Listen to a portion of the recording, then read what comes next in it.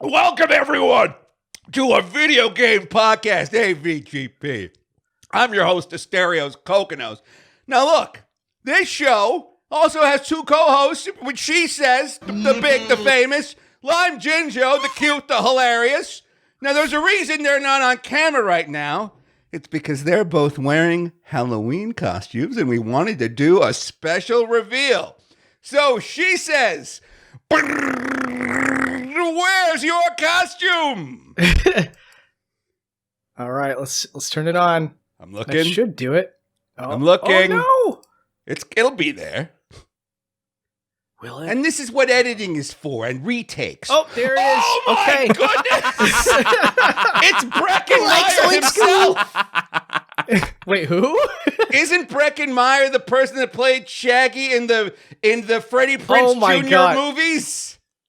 Was it not Breckenmeyer? Possibly. Yeah, I'm going to say you're absolutely right. Like Zoink Scoob. Like Yes! on a podcast, buddy. You look incredible. How long have you been planning to go full Shaggy? Well, I kind of did it last minute. I went to the costume store today. And will you believe it? Just a green shirt and corduroy orangey brown pants is $40.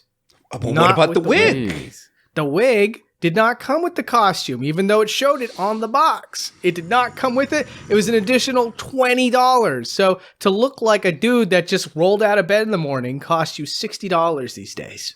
Just so you know. And the guy on the package is wearing a wig, right? He's clearly wearing a wig. He's wearing a wig. He's wearing a wig, man. That's such a ridiculous thing to not include. Like, if it was... I know. Like, I know they always wear, special shoes that match with the costume on, those Party City outfits. And I never expect those. But a wig that is integral to the costume, yeah, I would expect that. For $40, they should include the wig. Am I right? $40 for a green shirt and some pants. Oh, God. Look, if the character has one of those big Dagwood sandwiches that's, the size of an elephant's eye, I get it. That's probably not in the costume. But the wig, hey, I'm going to wig out unless I see Jinjo's costume. Jinjo, right. what do you got? Well, I'm lucky because I didn't need to... Actually, I did need to get one or two things from Party City or Spirit Halloween. But other than that, my costume was pretty cheap and it's genius. Are you guys ready for this? I'm ready. All right, here I come. Let's see it. Here it comes. Hey, it's me, Asterios Kokonos. I'm the problem guy. Hey, I'm the problem guy. I host the Loudest Podcast. It's me, Asterios Kokonos. I'm the problem guy. Yay! What's up, guys? I don't know that I get that Kermity at the end, but you made me dizzy. I laughed so. Oh my God! Oh, it's terrifying. Yeah, do you it's see like a why vision into my past. Do you see why right before we recorded I said, "Oh God, I touched my face." Hold on, because this beard immediately comes off if I so much as poke it. It gets all over my fingers. So hopefully it'll be easy to wash off as soon as we're done recording this, because I do not want to show up to work tomorrow looking like this. Why not? I mean, everything is fine but the beard. The drawn on beard. Let me get closer. That is marker, bro. That's That is marker. beautiful. It's special makeup to draw on someone's face for a Halloween costume, but it is marker. I'm the problem guy. Incredible. He even did the thing where my mustache and beard don't connect, and there are these weird, he even put in the gap. God, the commitment. It's so beautiful. That's Two incredible. Kokonos. I'm literally Asterios right now. But wait a minute. Asterios, why aren't you wearing a costume?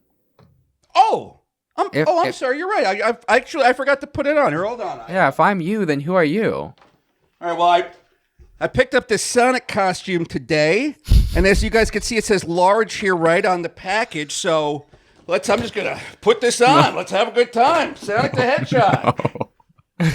No. All right, Sonic. Dun dun dun dun da da. Da, da, da, da, da, da, da. Hold on. Sorry, one sec. It's a little. I guess it's Is that might be an Asian large. Yeah, okay. we sure it's a large. Okay.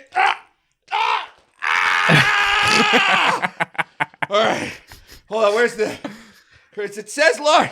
It says large on. Yo, what is Yo, why is he like completely blue on top? Get on! Get on my headset! It's taking over. It's like the symbiote. Oh, look, I think this is all. I think this is the closest we're gonna get for the show, boys. I'm sorry. I should have put this on before. I forgot. Oh man, it's so beautiful. Sad. Yeah, I mean, I think like you it? won. I love how we have all these primary colors going on. I got green, you got blue, and Asterios has red. You could use us to calibrate a 1980s monitor. Yeah. Yes. Like you totally could, man. How do I? I'm the problem guy. There we go. Yeah, there we go. Oh, his poor head. Wait, hold on. Oh, does it come off? Why is it it comes does right if up. you're strong You just enough. have to pull it. Yeah, there, yeah. And now I think this just ties behind the back. Dude is wearing it like a Naruto Ninja style. headband. Maybe I'll use my headphones to put it on. Sorry, boys. Sorry. Okay, good enough for now. Now she says, hey, before we get too far into this is usually where you tell people what the heck they're watching. So she says you might want to do the hello and the name of the show and all that. Welcome to a video game podcast, a podcast where we exclusively talk about anything related to video games. I think we already introed ourselves, right? Yeah, or we do I need to basically do did. that? I'm Asterios Kokonos, the problem guy. I host the Loudest Podcast. Famous New York Sonic comedian. the Hedgehog. I love chili dogs, and I hate the robotic version of me. Awesome. Yeah, he's terrible. And who are you? Like I'm Shaggy from Scooby-Doo. Like, what's going on, everybody? Raggy. Sorry, I had to pull that one Right out. on, Scoob. You're both so cute. Hey, well, speaking of cute, today's topic is anything but. We're talking about horror games for Halloween. We're going to talk about our favorite scary games, maybe games that scared us to the point where we never finished them. They were so scary.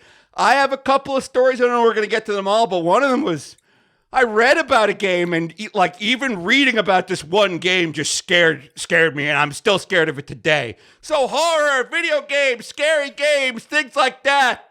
There's a new Silent Hill out, things like that. Yes. She says, why don't you start? Why don't you kick us off over here? Well, hey, Silent Hill 2 Remake just came out today. On the day of the recording that we're doing here. So just wanted to say that I played like the first 15 minutes of the intro of the game. And I will just say this much. The attention to detail to making sure that environment looks 1-to-1 with the original PlayStation 2 game is incredible. So if it's anything like that for the rest of the game, that's a really special thing to have like incredible modern day graphics version of an area that people know all too well from a camera perspective that's usually pulled so far away. Whereas with this one, you have it over the shoulder, so you get to see it from an all new perspective. It's pretty cool. I think that's going to be really awesome. I will say this. Excuse me. Oh, gas. For the sake of the podcast. Bro ate a Scooby sandwich. Bro ate one of the big double-decker, triple, quadruple-decker sandwiches right before we started. Oh, well, that really hit the spot. That was so good. So the original PlayStation 2 game, I played that somewhat recently. I would say like over a year ago now at this point. It was like my second or third playthrough. And it holds up remarkably well. Have either of you ever played the original Silent Hill 2? No. I played like 3/4 of it a year and a half, 2 years ago. And then I unfortunately had to drop it because I moved and then I got a new job and my life just got too hectic. And by the time I was not busy anymore and I could pick it back up, I was like, I don't remember what happened anymore. So I'll just have to restart this at a later date. But I liked it and it's aged pretty well. Yeah, I agree. Yeah. So first of all, I would just say that to anybody that wants to pick one singular horror game, Silent Hill 2 is one of the best story-wise. Like, as far as having a really satisfying story that crafts itself around horror and then has a really satisfying payoff with a good twist, it's probably the best one for that. So as far as gameplay and stuff goes, it wasn't the best, but I think this remake is fine-tuning a lot of things. I haven't played it far enough yet, but it could fine-tune everything to a point where it's a lot more satisfying to play than the original Silent Hill 2. So maybe the remake is the way to go. Maybe if you've ever wanted to play it in your life, this new remake is it. It may be the best horror game of all time. I don't know yet, but I think it might be. I think you might have been right, because the critics love it. Oh, God. Yeah, so I don't even know if I should get into this, but I will say this. Silent Hill franchise, an amazing franchise. Its fan base, I've said on record many, many times, the worst fan base of all time. And they will pick apart literally anything. Here's one thing that's really freaking funny, though, okay? So one of the things that they picked apart to high heaven and still picked apart decades after its release, these poor developers cannot be left alone about it, was that there was an HD collection of Silent Hill 1, 2, and 3. No, just 2 and 3. And they updated the textures and everything. And there was a sign for the ranch in Silent Hill 2 that just said Silent Hill Ranch, okay? Now, in the original game, it had like a special unique font, but in Silent Hill 2 HD, the font was Comic Sans. And so, although the game was fine, it wasn't bad or anything like that, everybody was crapping on this game and would always use that screenshot as an example of like, look how badly they messed this up. The Silent Hill Ranch sign is in Comic Sans. And so, all these years later with the remake, you can revisit the Silent Hill Ranch and the sign looks good again. But coming straight from the Boundary Break guy, if you take the camera underneath the ranch, you could find an unused Comic Sans ranch sign that is just left there by the developers as a nod to that original big oopsie that the developers for the HD collection made all those years ago. So do you like the HD collection? I think it's totally fine. I think it's very serviceable. I think that anybody who's never played Silent Hill 2 or 3 before in their life would play these games and never understand what people have such a big issue with, because everything else, it's generally great. It's just that there's like a couple of things here and there. It's like people will be like, but the fog isn't exactly the exact same way, or, oh, but the film grain isn't there, or something like that. But like, if you just play it and you don't have a frame of reference for the original, it's Silent Hill 2 and it's Silent Hill 3. So they're both fantastic games and it's an easy, accessible way to play them. So yeah, I'd recommend it. I think that might be the highest thing you've ever said on this podcast. Oh my. I think they're going to, and I meant that as in highest take, not sexiest thing you ever said. I was crapping on, nice. I was crapping on Tears of the Kingdom not that long ago. That's true. That's true too. Sorry, I look more like a lumberjack when I take the glasses off. I think I need to put them back on. Put those back on. I wouldn't be able to see without those. How dare you? I look too handsome with them off, so I'm going to have to put them back on. It's the curse of being me. Now look, I was going to bring up that Comic Sans thing because it's the only thing I know about Silent Hill. Generally speaking, listeners, I don't know why you would want to intentionally scare yourself by spending $60 to be scared and spooked around. But what is the basic plot of Silent Hill? Is it zombies? Is it ghosts? Am I in a haunted house? Okay. Like, what's the elevator pitch? All right, so the elevator pitch for Silent Hill 2 specifically is you're taking control of this character named James, and he's looking for his wife because recently he received a letter from her telling him to visit their honeymoon spot of the town of Silent Hill. Now, here's the twist. James's wife is dead. So how did he receive that letter? And that's what he wants to know. So he decides to go back into Silent Hill, and there's something amiss, something wrong with the town when he comes to visit. Suddenly there's fog everywhere where there wasn't fog before, and there's unexplained monsters that he can't wrap his head around. All of this while the town's completely abandoned and overrun with monsters.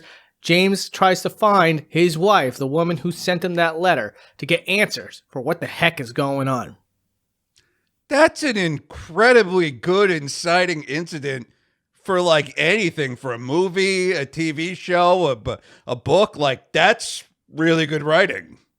And just wait till you see the end. It's oh my god. It gets even better when incredible. They add in a big guy that likes to eat pizzas in bowling alleys. This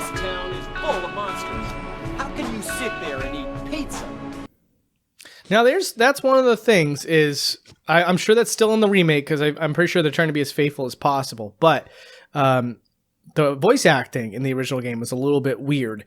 But fans like it because it's kind of uncanny valley, which the whole game is sort of like that. So even though I don't think it was actually intentional, although people will cite like maybe far post interviews saying otherwise, it does stand to reason that like some of the times these weird voice acting roles are like it works. Now what LimeJinjo was referencing there was there's a part where like a intentionally overweight character named Eddie is just in a bowling alley, and he found pizza somewhere in the town of Silent Hill. We don't know where. And your main character just goes in and it's like, Eddie, are you eating pizza? And he's like, oh yeah, I'm loving this pizza. And he goes like, Eddie, how can you eat pizza at a time like this? Yeah. It's awesome. So people love that line. So yeah. It's I wonder how they're going to handle that in the remake, because again, it does seem that like they're trying to get like all the original like lines like word for word, but they're acted better for the most part. So I'm very curious to see how all of it plays out. It'll be fun. I have the story to Silent Hill, especially like the part about like the missing wife. It reminds me of one of the games that I wanted to talk about today, which is Splatterhouse. I believe it came out for like the PC and again, listeners, you'll hear this a lot. I'll be like, I will leave it to the two experts that I'm on the show with to fill in some of these details. But I know I think it was on MS-DOS, and then I think it maybe got released to a platform or two. I believe it was an arcade game originally, and then it was on PC Engine and TurboGrafx 16 type stuff. Right. And as a kid, I just happened upon like it was in the school library or something, like the complete playthrough guide to Splatterhouse.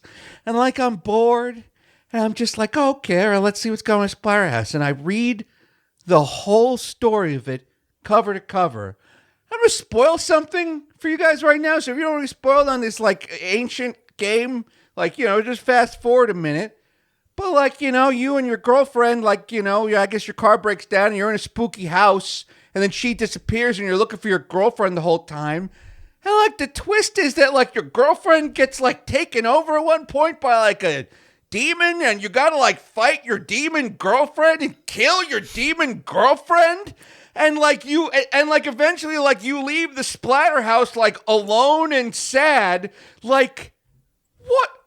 That's like a real mind screw around for like a little kid to like read that this happens. Like, there's no happy ending in Splatterhouse. Like, you and your girlfriend don't live happily ever after. In fact, she dies at your hands, and then as she dies, she says, thank you for freeing me from a ghost. And then you're going to keep going and fight some kind of spooky terror mask? Boys, tell me if I'm telling lies. I never played it. You go, she says, go, help. I never finished it. But we all believe you, Asterios. That's what? Why would someone put that in a game? Games are supposed to be like you eat the cherries or whatever, or you jump on the guy. Games are supposed to be about like finding Toad and you're in the wrong castle, or maybe you and Knuckles don't get along at first, but you eventually put it together. Not like about the dourness and nihilism that is everyday life. Everyday life of killing your wife? I don't look. Let's not hold on. Wait a minute. Now, wait a minute, Yeah, Asterios. What do you mean everyday life when you're talking about Splatterhouse?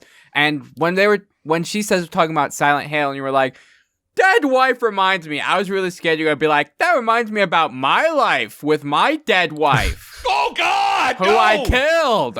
No. But look, seeing as you guys don't really have much to say about Splatterhouse, I'll tell you guys about another game that I did play entirely from start to finish. Because again, I've been thinking about Splatterhouse my whole life, and it's been scary my whole life, and I haven't even seen a frame of it. I just read the guide completing the thing.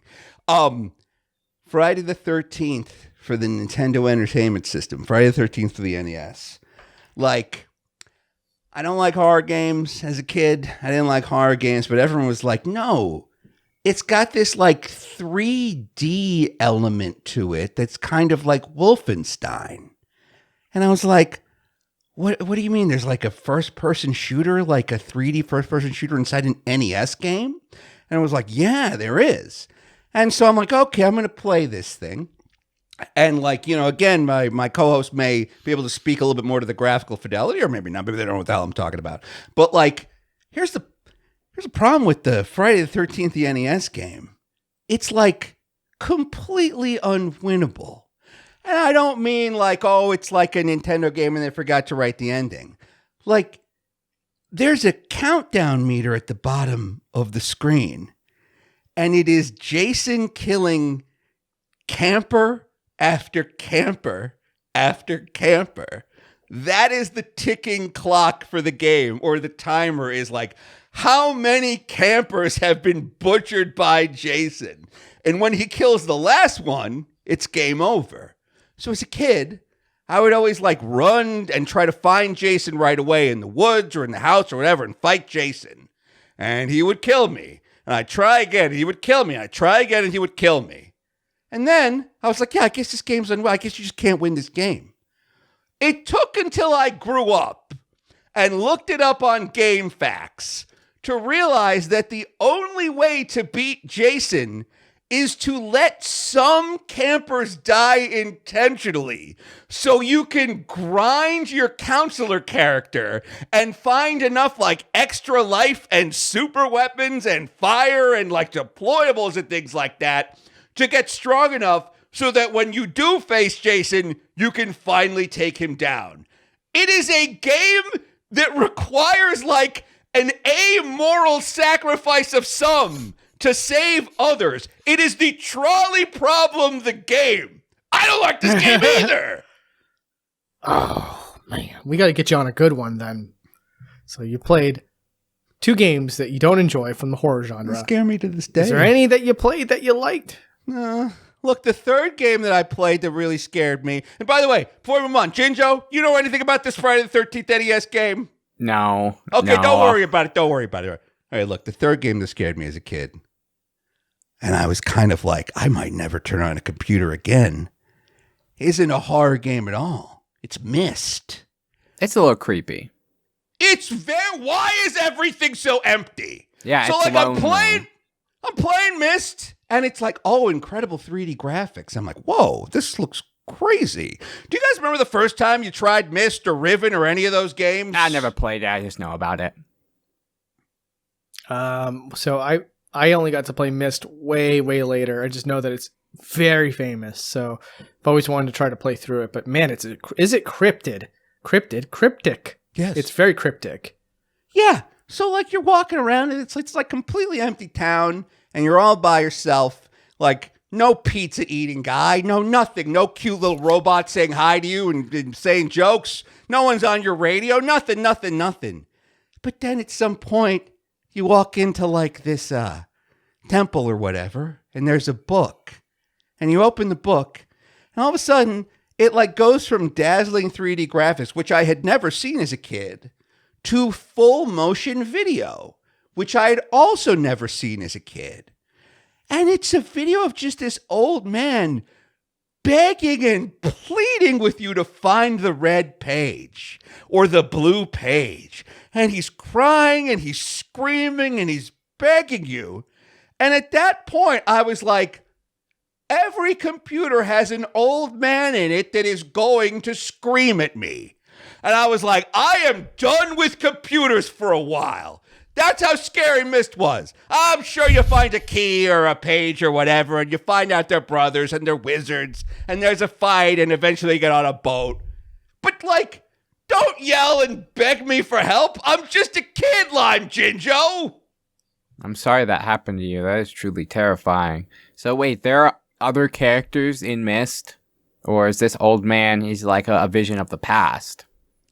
There are these two like the story of MYST, which I read later, is like there are these two wizard brothers and they like fought over a town and like they trapped themselves in a book. So like I think the bad ending is that you can like let one or the other one out of the book if you like find the blue page or the red page and whatever. And it's kind of like they're manipulating you, sort of like in the BioShock. You know what I mean? So I think like after you play through a couple of times and these old man actors clown you, you eventually figure out that like there's a third way to do it. But again, it's like, Jinjo, imagine you've never seen like video in a video game before. We just called them games before MYST. And then all of a sudden there's a video and it's pretty scary stuff. I didn't like it. Old full motion video is always pretty creepy. Creepy. Yeah, especially in the early 90s. Yeah. There's just like a vibe to them that is just way off. Yeah, I'm watching Sewer Shark at like the PC Richards. They're playing Sewer Shark and I'm like, oh man, I feel terrible. All these people are trapped in this sewer. I'm watching that game with the horror house. What's the one where like the Sega has to save the sleepover? Oh, Night Trap. Yeah, I'm watching I can't Night believe Trap. I got that from that description. But aren't they called Sega? Like, isn't like the anti-Night Trap squad called like the supernatural ectoplasmic ghoul?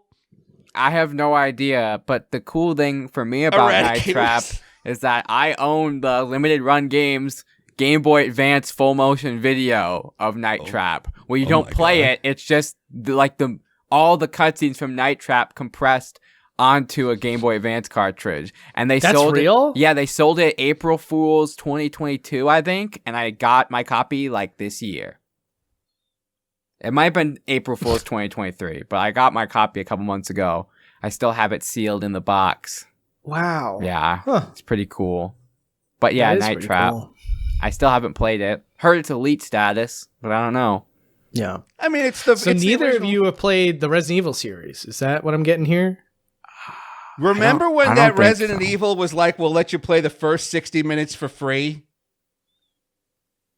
No. Oh, this was a recent Resident Evil. They did a thing where they were like, we will let anyone play the first. It was a demo. It was a couple of years ago, but instead of only releasing one level, they were like, we will let you download all 70 gigabytes of this game. But at 60 minutes, the game shuts off. That might have been 7. I don't know. 7's the only one that I've ever booted up for even a second. And I actually do have a scary story about it. So, Okay. one of the I've met Asterios in person twice, and the second time I met him, we were in this corn maze, and he had this contest. First person to find me in the corn maze. Hey, I'm Asterios. First person to find me in the corn maze gets my PSVR I don't want anymore. And guess who was the person that found him at the end of the corn maze? It was me.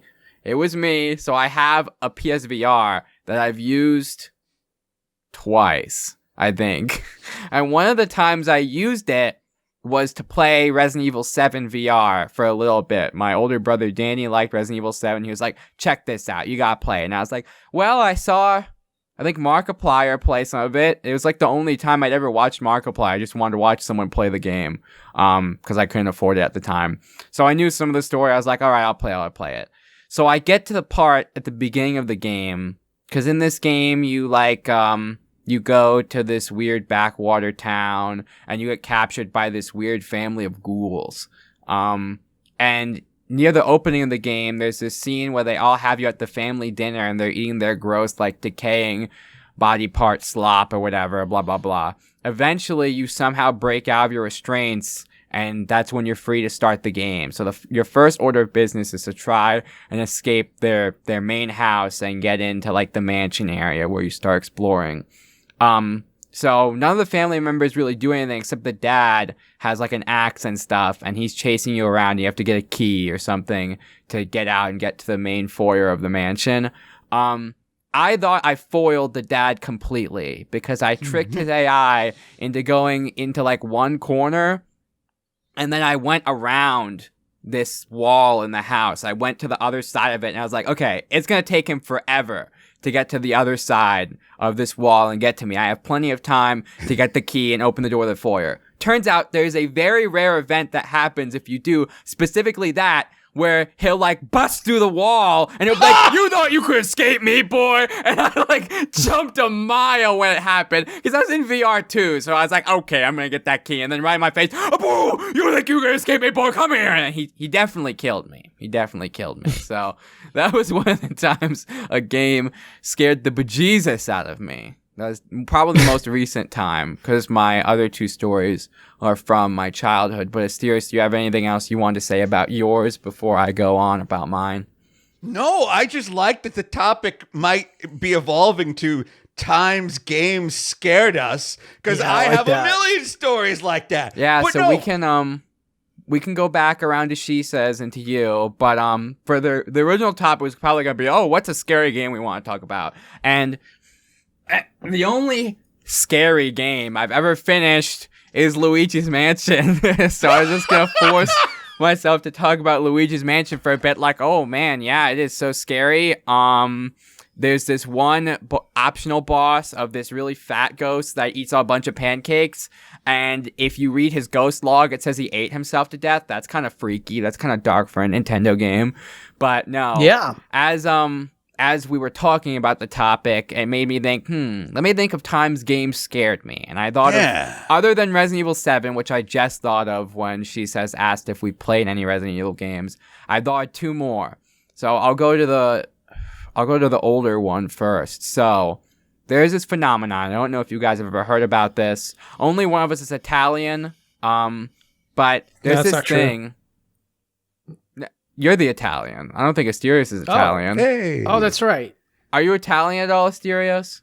No, but I can do the hand thing. Okay, that's okay. We're three different types of it's white Greek, on this right? podcast. You're Greek? Yeah, he's Greek. Greek, Chinese, and Portuguese, but I can maybe Raleigh finger my mustache a little. Will that help? I'm Irish, but I'm not well versed in the land of Irish pizzerias.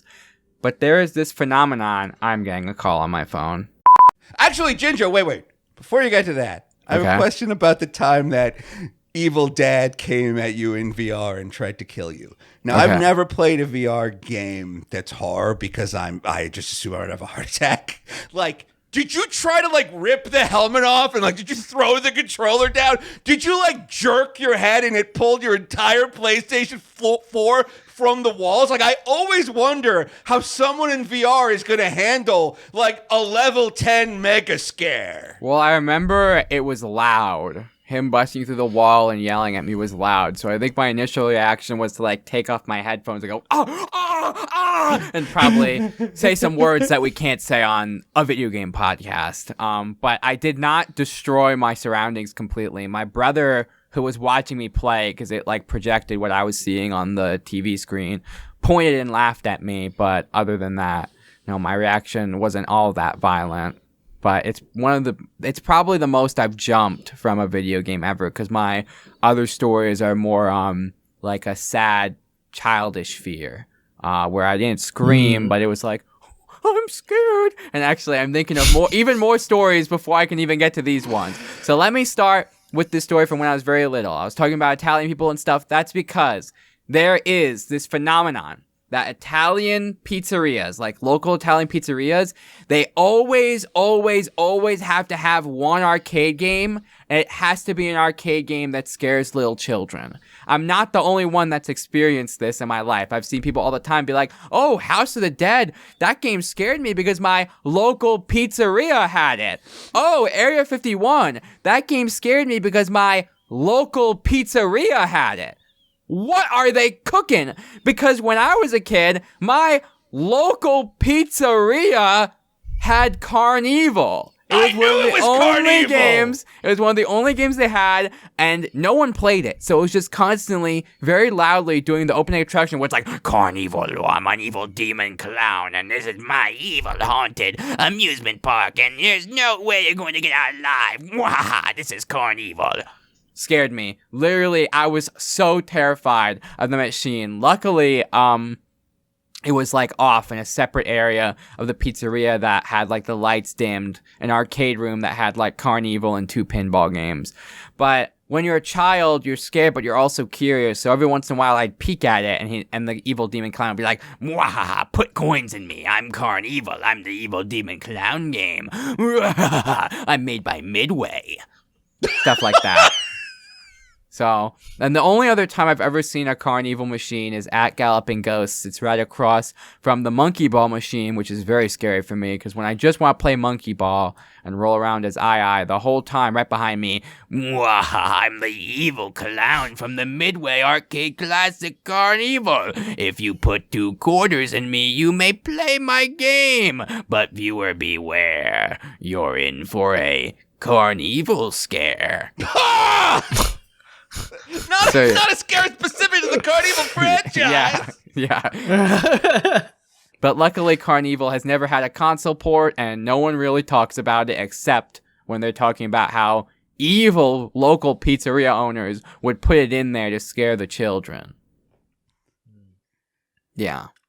She and then, says, "Oh, we haven't heard questions from you about Carnevil." Yeah. Yeah, I was gonna say. She said, we haven't heard from you in a little while, which I don't like. Do you have anything to say about either Carnevil or the PlayStation VR? The scariest home device. It was spooky how few games there were. And it was frightening how you had to buy a bunch of extra accessories. It was scary how even games you thought might be good, like Doom VFR, had horrible things that made them bad, like the whole movement system being tied to a warp gun for some reason. Ooh, terrible games. Ooh. I'm so scared. No, I don't have anything to add to either of those games. But do you have a scary story you want to tell before I tell some more? Because I could go forever and ever and ever on my scary stories. Sure.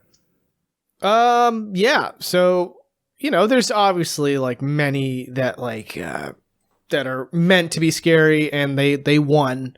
Like, for example, Resident Evil 4 was not even meant to be one of the scarier Resident Evil games, but not knowing what you're doing and then having all those villagers crowd around you and slowly get closer and closer as you're fumbling the controls, that was horrifying, and I didn't get far in the game at first, and I had to come back to it much later to finish the fight. I ended up finishing it on the Wii, by the way, where you could actually point and shoot instead of having to use like an analog stick. It was a lot better that way.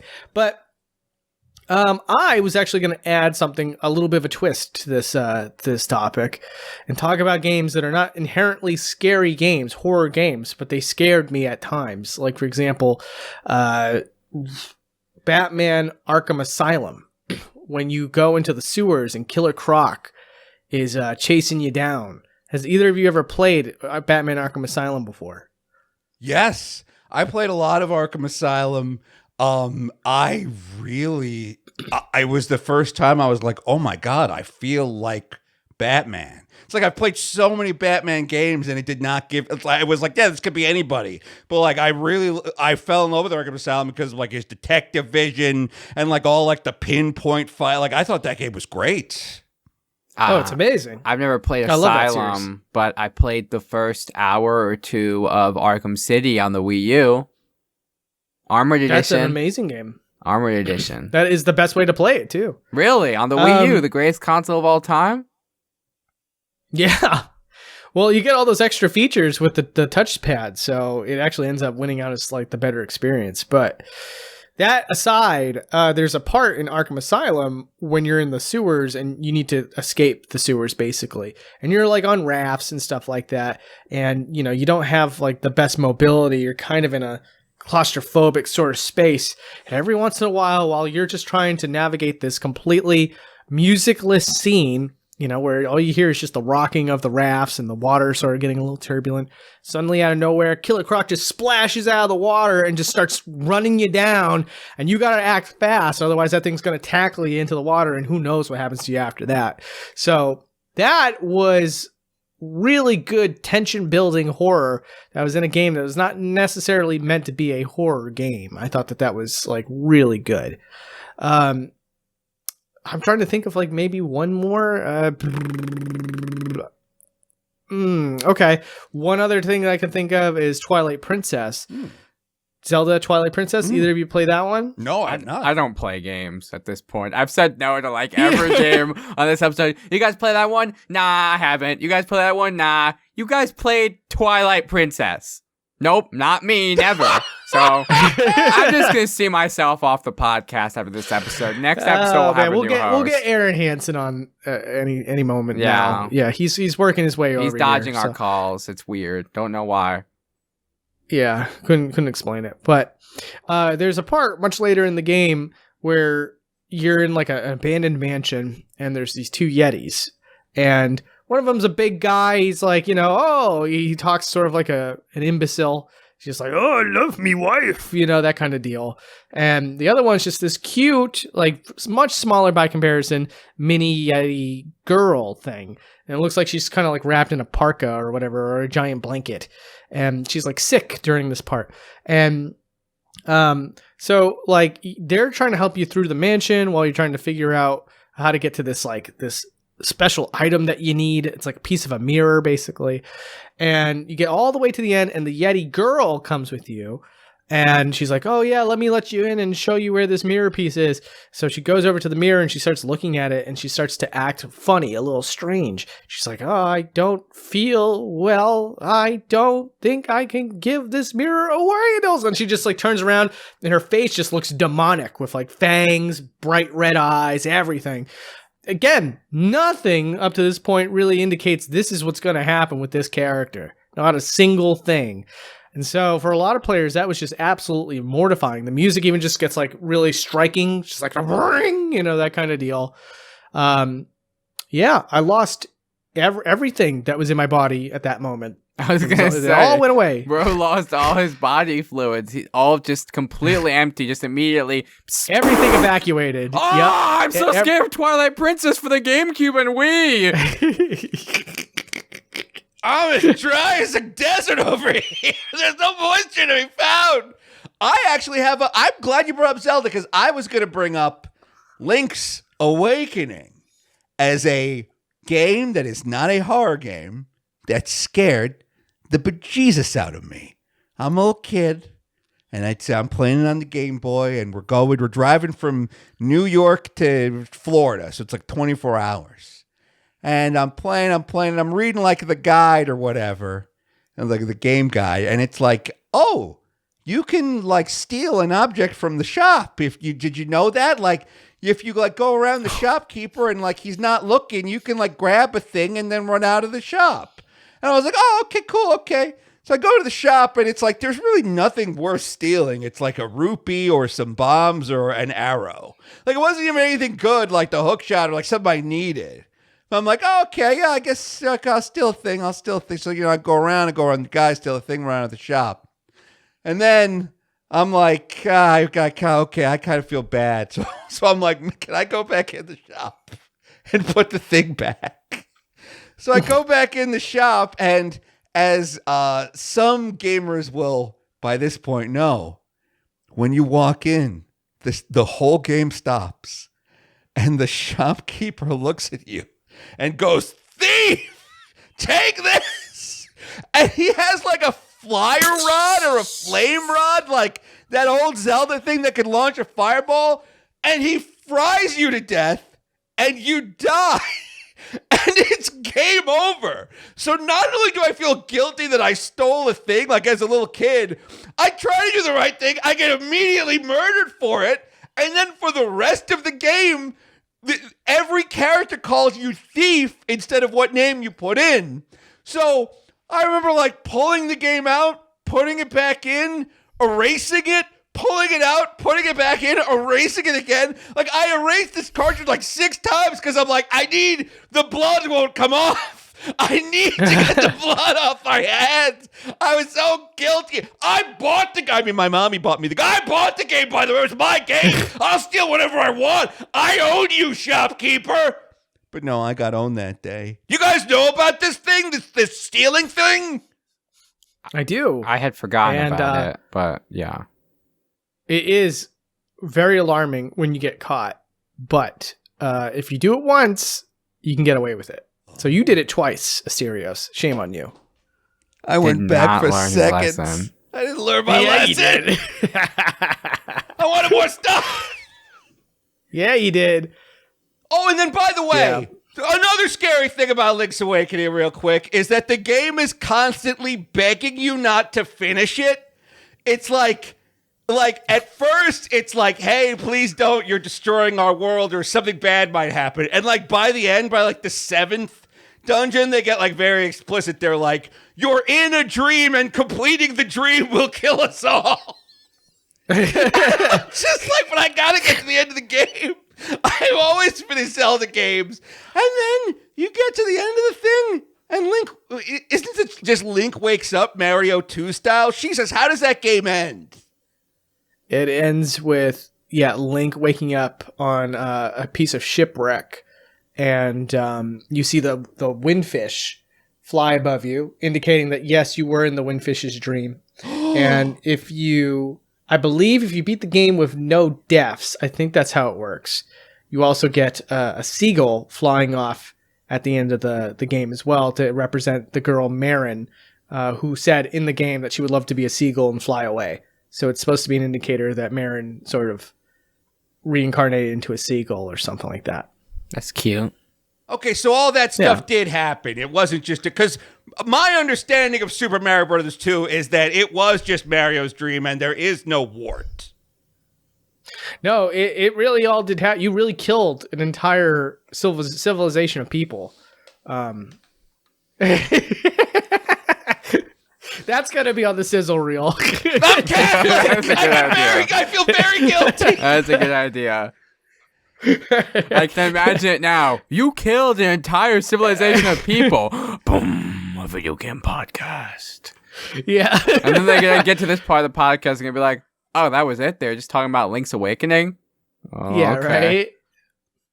Yeah. Oh, my God. I came into this episode with no idea what I was going to talk about, but as we talk more and more, I keep thinking of more and more things, because even as someone that has notoriously never finished a Zelda game or played much of the series, one of the scariest games to me as a child, for multiple reasons, is Majora's Mask, which I think everyone can see why. That game is weird and scary, especially when you're a small child. So first of all, the Happy Mask Salesman, what were they thinking, bro? That guy is terrifying. That guy is absolutely terrifying. And then, dude, I find him to be the least terrifying in that game. He is the least terrifying out of the three things that are the most terrifying in that game. Number 2, because now there's a Watch Mojo list of most terrifying things in Majora's Can you do Mask. the voice?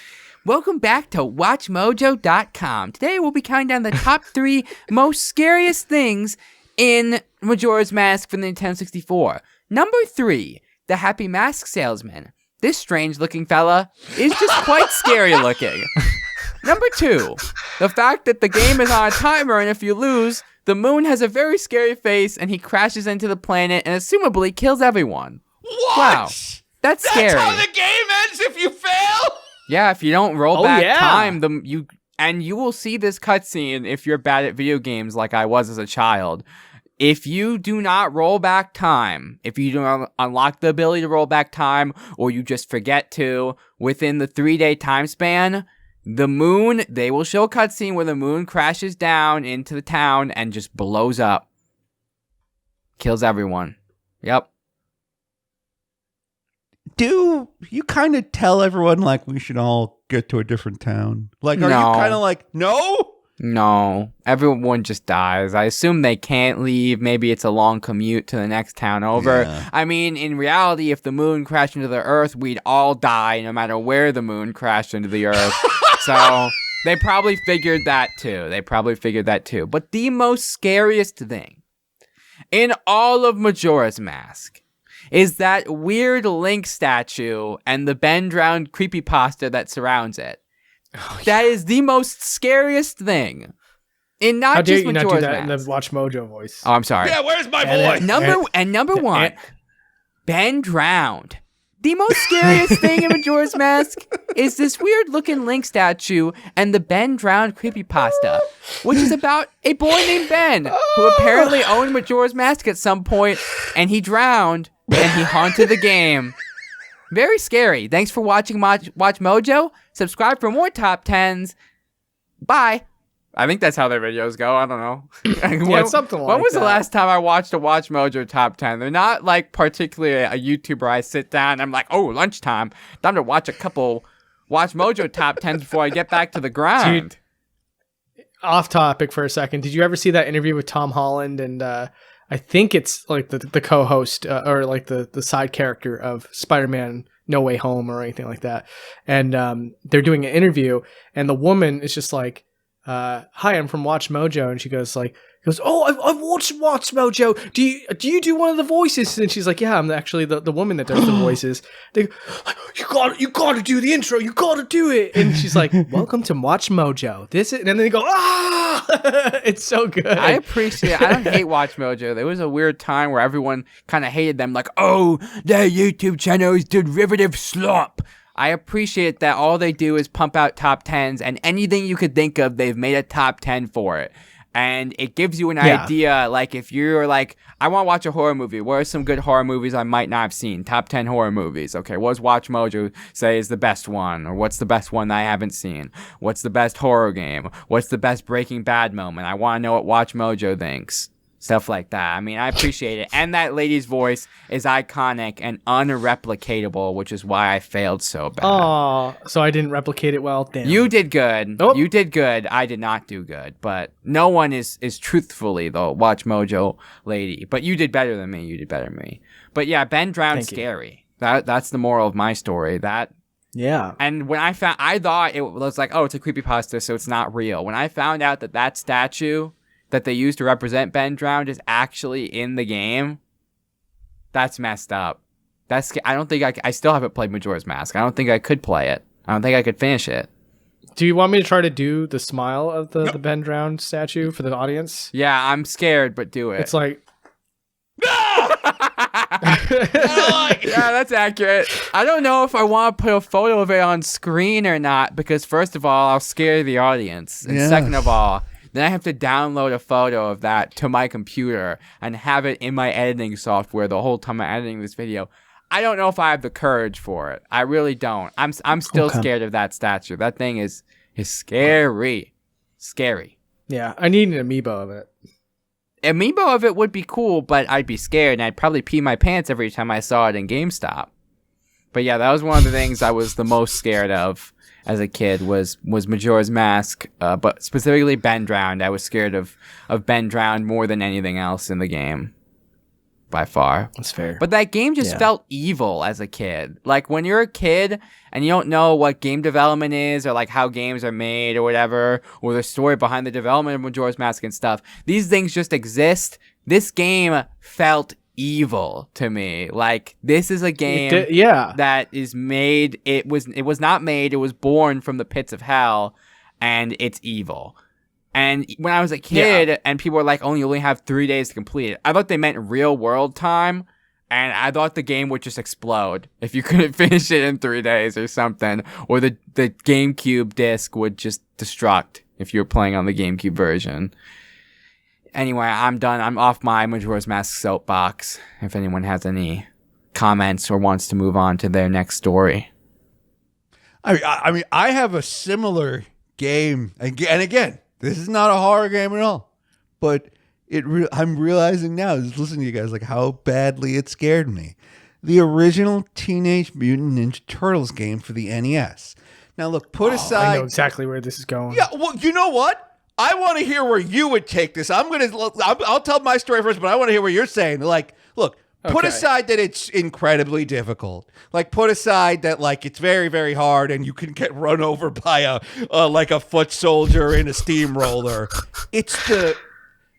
As a kid, I'm playing. I watch these cartoons. They're funny. Michelangelo's funny. Raphael's funny. They're all funny. They're all funny. You start playing the game.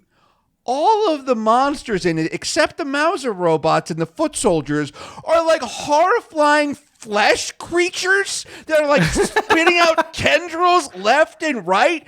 It's just like it's like an uncanny valley thing where it's like your friend Michelangelo here and your friend Donatello is here, and then also just like a monster will attack you through the floor with like a spike flesh pike and like kill you, and then when like you, so it's like, okay, the turtles don't die, they get kidnapped or something, like they never die.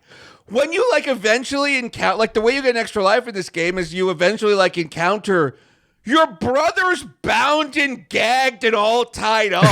And it's like, they beat the hell out of you and left you in the sewers to die. Teenage Mutant Ninja Turtle. You know the funny game with the brain and the robot? Like the funny show with the game and the brain and the robot body? Oh, she says, what were you thinking I was going to talk about?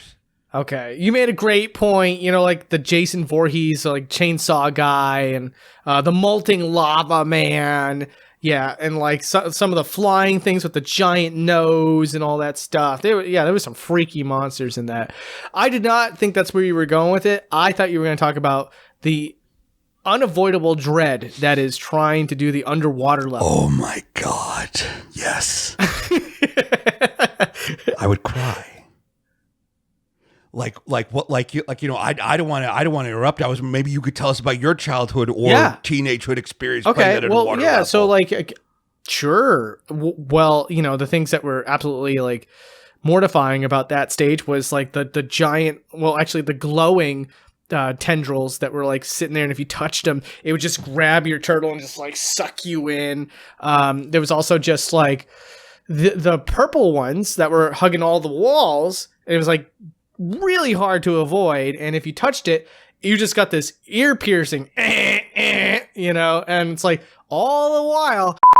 Ooh, hello, loyal video game podcast viewer. If you notice a sudden quality shift in the audio, that's because with my evil Carnevil magic, because I'm the evil Carnevil clown, I took the last 20 minutes of Shesez's audio and I corrupted it completely. So yeah, so the audio is shifting to the backup audio now. So if you notice a change, it's because of my evil Carnevil magic, and you should play my game made by Midway in 1998.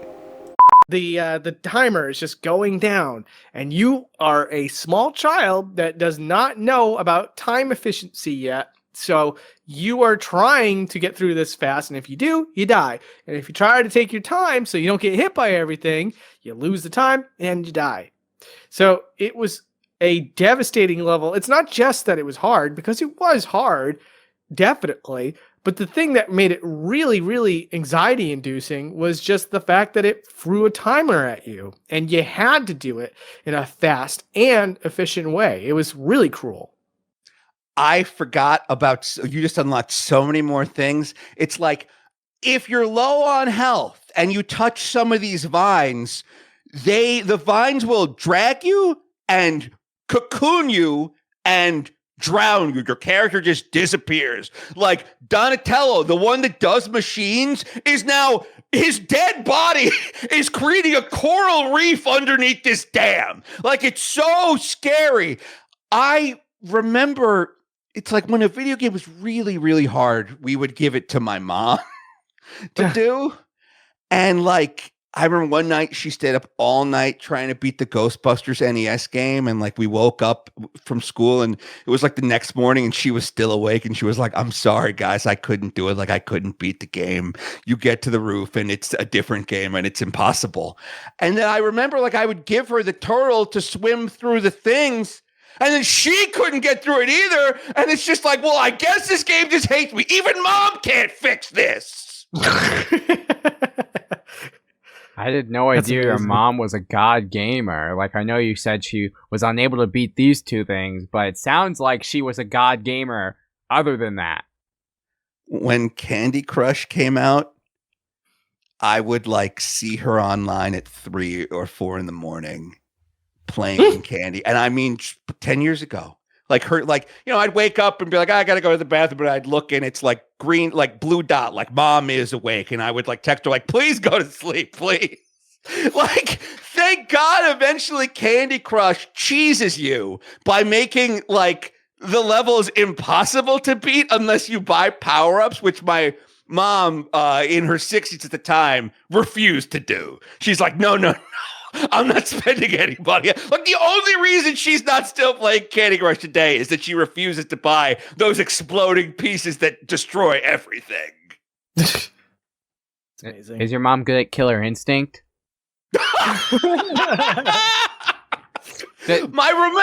We gave my mom Jaws for the NES, and she's the only one that ever got to fight Jaws, which is like this thing. You got to do all this stuff to eventually fight Jaws, and then when you do, it's a different game, and you got to harpoon a thing. I remember all of us being like, come on, Mom, come on, harpoon Jaws, and she couldn't do it. Wait a minute, your dad is like an expert level gamer, Jinjo. Not really, but he would try to help, but he had a lower success rate than your mom did. And eventually when we got older, I would instead ask one of my older brothers to try and beat it for me. I do have one distinct memory of asking someone to beat something for me when I was probably like 5 or 6. It was Kirby Nightmare in Dreamland for the Game Boy Advance. And I did not ask my brothers. I did not ask my father.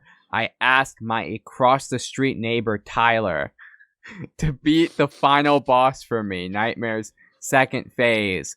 And he did. He did. And the credits were rolling. And as a 5-year-old, I was impatient. I was like, I don't want to see the credits. So I turned the game off and turned it back on, thinking surely it saved. It did not save. I was back at right before Nightmare without the completion progress, and I was too afraid to ask Tyler to fight Nightmare again for me. Now Tyler was like 16 or 17, and now as an adult who has beat Nightmare in Dreamland more than once, I realized Nightmare was an incredibly easy boss fight, and Tyler would have probably just been like, "Sure, man." But at the time, I was like, I just asked him to do like the hardest thing ever, and I threw it away. I can't. I did not ask him to, and then I did not. I mean, asking him to beat the game for me is not beating the game. That's not real gamer. That's cheating. But yeah, I didn't beat that game until I was much older. So I threw it away. He would have been look, listeners. Ask for help if you need help, okay? Because ask your mom or ask Tyler. When I was in school, and by the way, no one will believe this because I am such a terrible gamer now. But my nickname in school was the video game master because Captain N was on, and he was Captain N, the video game master. And sometimes kids would invite me over to their house, like very cool kids who would never invite me over otherwise, if they couldn't find a star in Super Mario World. And I would jump around and help them find the star, and they'd be like, okay, thanks, you can leave now. So one of the few times I ever had social contact as a kid was due to my elite gaming skills. She says, at what point did you realize that you were a good gamer who was better than other gamers? Was there a moment in your childhood or teenhood or adulthood where you were like, oh my God, I could do this for a living? No. I mean, there's definitely just been a level of dedication that I've had to video games that a lot of other people in my life didn't. There were some friends that stuck with it, lots that didn't. My brother stopped playing video games. A lot of my cousins, they kind of primarily got off of video games, and it would be like a seldom few that they would pop in and play. But meanwhile, while they're taking it easy and moving on to other things like canoeing or whatever, I just found myself still just addicted to just trying to get to the next game, the next experience, and wanting to tackle that. And I guess somewhere along those lines, things started to hone in, and I became adapted to routines and all that other stuff, and stuff that you see time and time again in certain video games. And even if it is a different experience, or things I learned from a previous game that I can apply to that game and all that stuff. So it happened at some point. I don't know when. But, I mean, I'm still not God gamer or anything like that. LimeJinjo can still beat me at many games. And not all of them. I think we're pretty not evenly all matched, but I've been told that I'm a good gamer. While my my older brother was off getting a STEM degree and now he has a well-paying job. Instead, I honed the blade being playing video games and having a video game related podcast. So yeah, he might have more money than me, but only one of us has beaten Super Smash Bros. 64 on the hardest difficulty with 1 life and no continues. So yeah. And who's truly the rich one at the end of the day? I'm rich in spirit, rich in heart, rich in wisdom. I learned a lot from video games. That's right. Video games have taught me a lot. I said before, Shadow the Hedgehog taught me most of everything I know. Resident Evil 7 taught me I'm never safe. Even if there's a wall between me and danger, I'm never safe. Carnevil taught me if I insert 50 cents, I can fight evil clowns. I've learned a lot. I've learned a lot from video games, more than any degree could ever teach me. That's right. Would it be wise to say that Shadow the Hedgehog taught you to be an adult? Definitely. Good. And as an adult, I'm calling this. I'm calling it. That was a really good wrap-up you had there, Jinjo. You took us through all the lessons you learned. You walked us back through the games we talked about at the beginning, and so we've come full circle here on a video game podcast. Every episode is actually like a lesson. We're like an educational program, and we have a moral at the end of the episode. And the moral of this episode is wisdom is good. Video games teach you wisdom. Wisdom is good. It's good to be wise. And if you get lost, call your parents. Call your parents. Yeah, or call that Nintendo hotline that they had when I was a kid. I remember I finally got permission to call them because I couldn't defeat the Borg Cube in Star Trek The Next Generation, the Game Boy game. And I called them and it was like $14. And the guy was like, yeah, you just got to keep shooting it. Wow. I was like, I've been shooting this thing for a half hour. And he's like, yeah, no, you got to keep going. That's what the computer says. Okay, thanks. Nintendo rules. Speaking of people who rule, back over to you, she says. Aw, that was sweet. Well, everybody, thank you so much for listening to the podcast. This was a great Halloween-y episode. We got, of course, Asterios, and as well as Asterios, the problem guy. Hey, I'm the problem guy. Hey, what's up, everyone? I'm the problem guy. I'm Asterios. Patreon.com/Asterios. Check out my podcast with an episode like this, you get double the Asterios for one episode. Check out the Loudest Podcast with my fiance Sarancha, and go to my Twitter.com and follow me. I make hilarious tweets. I'm Asterios. I'm the problem guy. The scariest thing of all, listeners, is seeing a younger, funnier version of yourself. I'm being replaced. I don't like that. Don't flatter me. I don't like that. Yeah. Just know, Asterios, if you ever go out of line, if you ever become like one of those members from the Temptations that gets like an abuse problem, like, alcohol or whatever, we got a retainer right there. Yeah. Just like when they replaced when they replaced those two Wiggles for hooking up with each other with just two other Australian guys. Exactly. But you've been I think everybody here has been doing a fantastic job on the podcast. I don't think that anyone's getting replaced anytime soon. Sorry, Aaron, you're gonna have to sit on the bench for a little while longer. But with that said, I think we're gonna take off and enjoy some trick-or-treating and other spooky stuff that goes bump in the night. So to all of you, thank you for listening to a video game podcast. Hope to hear from you again soon, or hope that you hear from us, more importantly, and we'll see you again soon, okay? Say goodbye, everybody. Bye. Comment, subscribe. Boo! Scream. Yeah. Say go scream.